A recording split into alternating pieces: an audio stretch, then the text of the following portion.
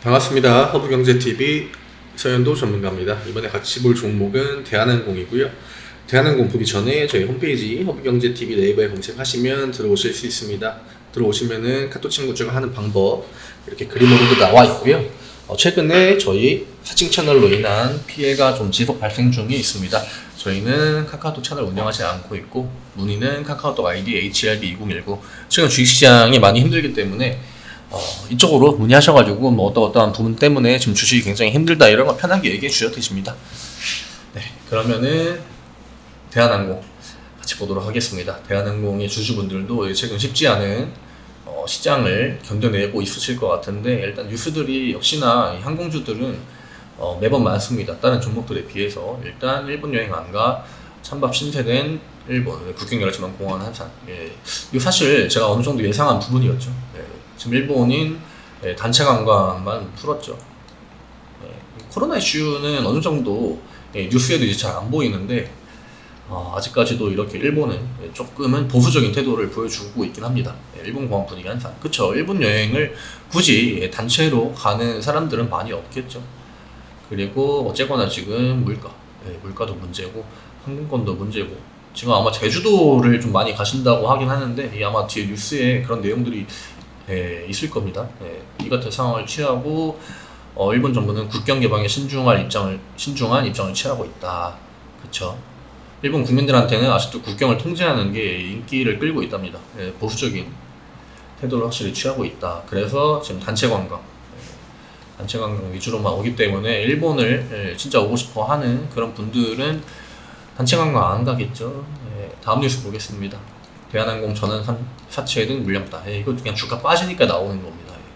이거 이미 이 이슈 나왔었죠. 그러니까 어느 정도 주가가 올라갈 때는 어느 정도 다 뭐 예상한 부분이고 뭐 그렇기 때문에 뭐 큰 영향이 없을 거다 이랬는데, 주가 빠지니까 바로 악재다 이런 얘기 나오죠.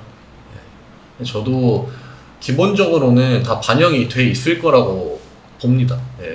그리고 주식수가 엄청나게 크게 늘어난 것도 아니었고, 진에어 인수 같은 경우에는 사실 호재로 작용했죠. 주가에는 호재로 작용하는 것을 저희가 명확하게 봤고,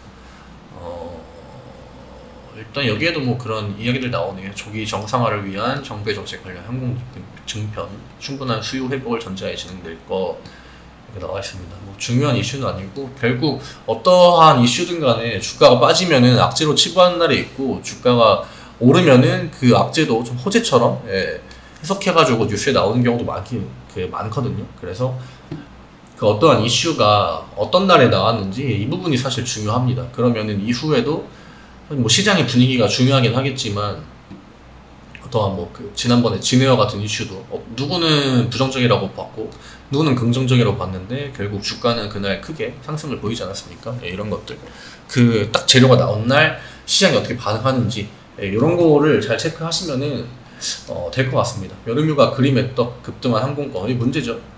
숙박료에 늘어나는 여행 포기죠. 제가 이것도 말씀드렸었죠. 유가, 그 다음에 물가, 여행 포기, 여행 잘 안 가려고 할 것 같다. 시장에 또 이런 얘기 또 나오죠. 시장에 노모 씨는 하와이로 가려 했으나 계획을 좀. 사실 이거 저 대한항공 맨 처음에 초창기에 영상 찍을 때는 이런 내용이 완전 정반대 내용 해가지고 그동안 코로나 때문에 못 갔기 때문에 지금 어떠한 계획을 세우고 있다 해가지고, 제가 그때 이야기 드린 부분이 주변에 해외여행 가려고 하시는 분들이 있냐 한번 찾아봐라. 제가 이 얘기를 들었던 거 기억이 나거든요. 근데 이게 뭐 진짜인지 아닌지는 모르겠지만, 물론 뭐 그 기자분의 그 양심에 따라야겠지만, 뭐 이런 분도 당연히 있겠죠. 이런 분도 있고 진짜 해외여행을 가려고 하시는 분들이 있고, 사실 파악이 되는지 안 되는지 모르겠지만 어쨌든 간에 이러한 뉘앙스는 제 주변에는 많습니다. 지금은 포기했다, 너무 비싸다, 항공권 비싸고 물가 비싸고 숙박료 등이 모두 올라 다음에 가기로 했다. 제주도도 알아봤지만 부담스러워. 제주도도 지금 주말에 간다고 하면은 티켓 굉장히 비싸죠. 그것도 사실 문제긴 합니다. 그럼 어디로? 그래서 그 뒤쪽에도 나오는데, 부산에 많이 가신다 하더라고요. 예. 스위트 객실 지금 여기 나와 있죠. 예. 국내 특급 호텔은 만실행렬이다. 부산 해변에 자리한 특급 호텔 가기 전 7월 중. 예, 휴가 시즌인데 제주도에 가기도 뭐하고 해외도 지금 가기가 뭐하니까 결국 예, 국내 뭐 비행 그 KTX 타고 가면 되니까 뭐 SRT나 예, 그래서 아마 부산이나 뭐 동해 이런 데로 올해는 많이 가실 것 같긴 해요. 서해나 뭐 남해나 바다 쪽 국내에 있는 바다 쪽으로 많이 가시지 않을까. 그래서 아마 이쪽 국내 쪽에 이러한 리조트나 이런 데는 객실이 잘 찰 것 같긴 합니다. 다만 해외여행 수요? 예, 요거는 사실 대한항공이 지금 국제선 노선을 증가하고 있는 그 스탠스를 잡고 이 사업 개선을 하려고 하고 있기 때문에 그 부분에는 약간 좀 크리티컬일 것 같긴 합니다. 유가가 단기적으로 좀 떨어지긴 했습니다. 떨어지긴 했는데 그래도 이 그러한 유가가 떨어지는 부분 같은 경우에는 이러한 가격 반응이 대체적으로 좀 늦죠. 예, 늦고 그리고 올라가는 거에 민감하게 반응하고 떨어지는 주유소도 사실 마찬가지긴 한데 어쨌거나 뭐 잠깐 하루 이틀 떨어졌다고 항공권 가격을 바로 내릴 수는 없겠죠. 네, 왜냐면은 지금 비행기에 넣고 있는 기름 자체가 비싸게 산 가격일 수도 있잖아요. 네, 그런 부분이기 때문에 유가가 지금 떨어지고 있는데 왜 항공권 가격이 또 오르지? 네, 이렇게 생각하시기에는 그 기름을 사는 날이랑 지금 현재 시점이랑 이러한 딜레이 이런 것들을 좀 예상을 해야 된다. 그래서 항공권이 지금 당장 유가가 좀 떨어진다고 해서 내려올 이유는 당분간은 없겠죠. 해외여행 예약 건수는 전년 대비 당연히 전년 대비보다 많이 증가했겠죠. 예.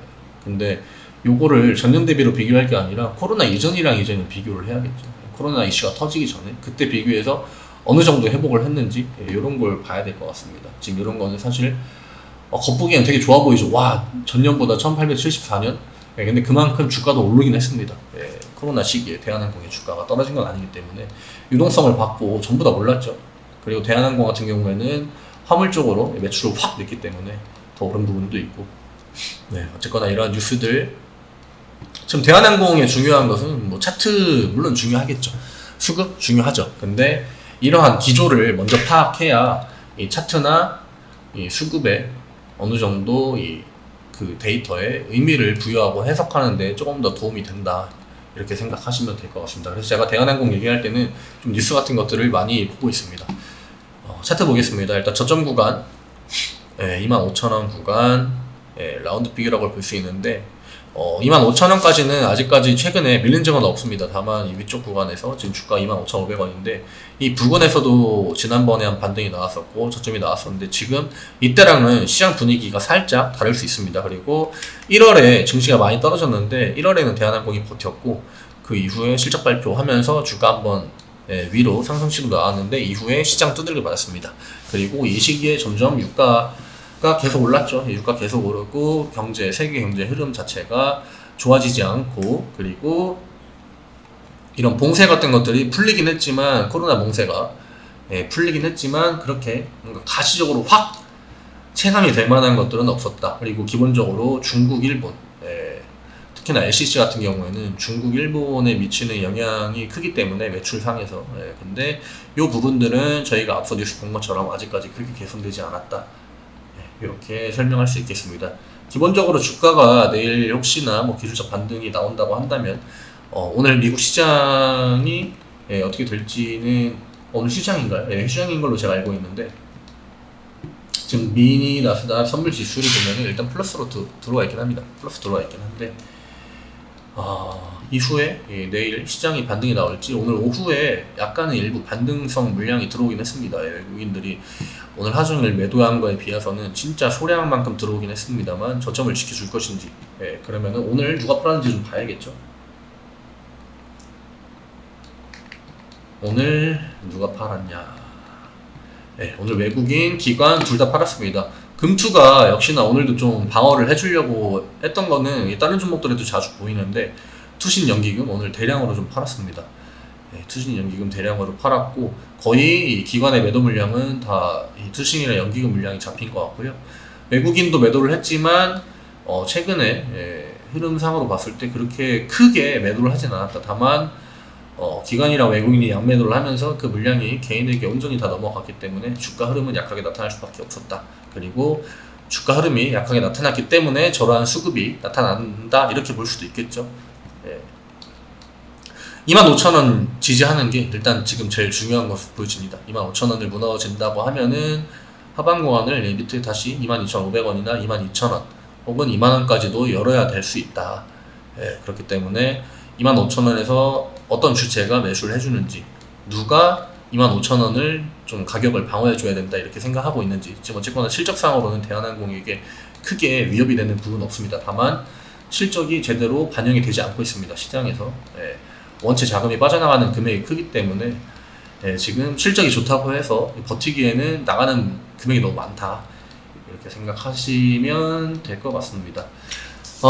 굉장히 시장이 좀 타이트하게 돌아가고 있습니다. 하방압력도 강하고 대한항공뿐만이 아니라 이 대한항공 이외에 다른 종목들 가지고 계실 텐데 그 종목들도 약세를 보여주고 있겠죠. 예, 그뭐 좋은 종목을 잡고 계셔가지고 수익이 나는 종목이 좀 있으면은 걱정을 덜으시겠지만 어쨌거나 지금 시장 전체적으로 하방 분위기가 굉장히 강하다. 예, 시장이 언제 반등이 나올지는 그 누구도 알지 못하겠지만 하루빨리 반등이 나왔으면 좋겠습니다. 일단 대한항공의 키포인트는 오늘 수급 양매도 나왔기 때문에 내일도 오늘과 같은 수급의 기조가 이어지는지 혹은 저점을 이탈할 때 누가 매도를 하는지 혹은 저점 이탈을 하는지 이런 거 지켜보시면 될 것 같습니다. 고생하셨습니다. 이 시간에 뵙도록 할게요.